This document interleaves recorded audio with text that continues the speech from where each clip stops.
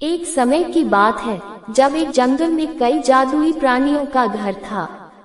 उस जंगल में एक छोटी सी पिक्सी फेरी थी जिसका नाम लिली था। वह एक अंगूठे के बराबर भी नहीं थी और उसकी नाजुक पंख धूप में चमकते थे। उसने एक छोटा सा फूलों का घर बनाया था जो उसने खुद बनाया था और उसके चारों ओर खूबसूरत फूल और पौधे थे जिनकी वह बड़ी चाहत और प्यार से देखभाल करती थी।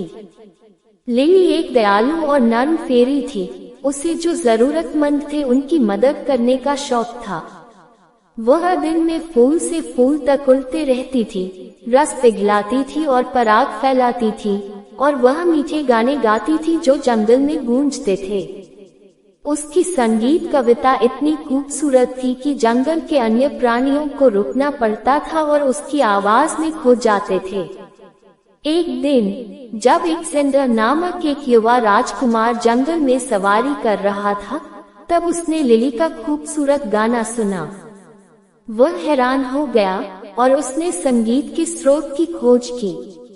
जब वह लिली को मिला तो उसकी सुंदरता और उसके दयालु हृदय ने उस पर प्रभाव डाला। वे घंटों तक बात करते रहे और राजकुमार ने जंगल के जादू और वहां रहने वाले प्राणियों के बारे में जानकारी प्राप्त की। वह हैरान था और उसने लिली से फिर से मिलने का वादा किया। दिन बीतते गए और एलेक्जेंडर लिली को और अधिक बार मिलने आया। वे घंटों तक बातें करते रहते थे और गाते रहते थे और राजकुमार छोटी सी पिक्सी के साथ प्यार में पड़ने लगा। लिली पहले शर्मीली थी, लेकिन बाद में उसने एहसास किया कि उसे भी राजकुमार की प्रति भावनाएं थी। वे एक दूसरे से अलग नहीं हो सकते थे और वे अक्सर साथ में रोमांचक यात्राओं पर जाते थे, जंगल की खोज करते और नई चीजें खोजते थे। हालांकि सब लोग उनकी दोस्ती के बारे में खुश नहीं थे। फेरियों की रानी, जो जंगल के रानी थी, लिली के राजकुमार के साथ की नजदीकियों से ईर्ष्या कर रही थी।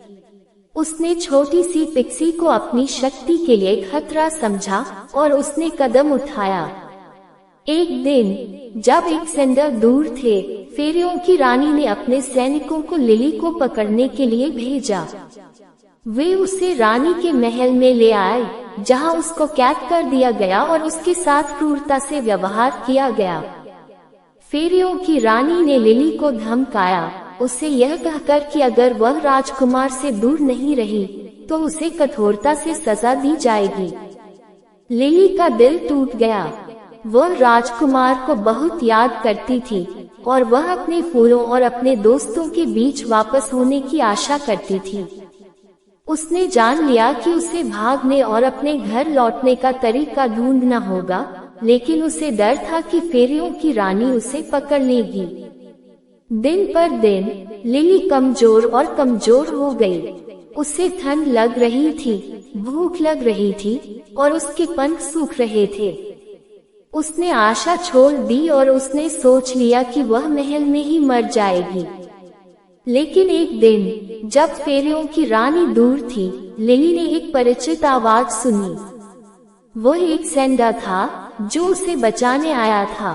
वह महल में घुसा और वह एक छोटी सी चाबी ले आया था जो उसको महल के एक सिपाही ने दी थी। उसने लिली को कैद से आजाद किया और मवे महल से भाग गए। जब वे जंगल में दौड़ते हुए भाग रहे थे तो फेरियों की रानी के सैनिक उनके पीछे पड़ गए, लेकिन एलेक्जेंडर बहादुर और मजबूत था और वह उनके साथ लड़ा और जीत गया। आखिरकार वे लिली के फूल के घर पहुँचे, जहां वो गिर पड़ी। वह थकी हुई और कमजोर थी। एलेक्जेंडर ने लिली की घावों का ध्यान रखा और उसकी देखभाल की। उसने वादा किया कि वह कभी भी उसे कोई हानि नहीं पहुंचाएगा और उसे हमेशा संरक्षित रखेगा। उस दिन के बाद लिली और एलेक्जेंडर अलग नहीं हुए। वे जंगल में रहते थे अपने दोस्तों के बीच और वे मिलकर गाते नाचते रहते थे, खुश और स्वतंत्र। और फेरियों की रानी, उसने समझ लिया कि सच्चा प्यार किसी भी जादू से शक्तिशाली है और उसने दोनों को एक साथ खुश और संतुष्ट होने की अनुमति दी, सदैव के लिए। और इस प्रकार छोटी सी पिक्सी फेरी और राजकुमार खुशी खुशी अपने प्यार और दोस्ती, जिसके लिए उन्हें जाना जाता था, के साथ जंगल में रहने लगे।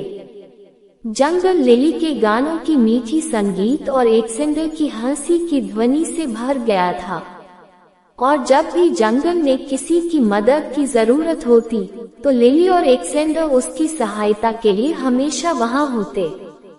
वर्षों बीत गए और राजकुमार और फेरी एक दूसरे के साथ रहते रहे, अपना प्यार और समर्पण कभी भी नहीं भूले। वे साथ में बड़े हुए और भले ही उनके शरीर कमजोर हो गए, लेकिन उनका प्यार सिर्फ मजबूत होता गया।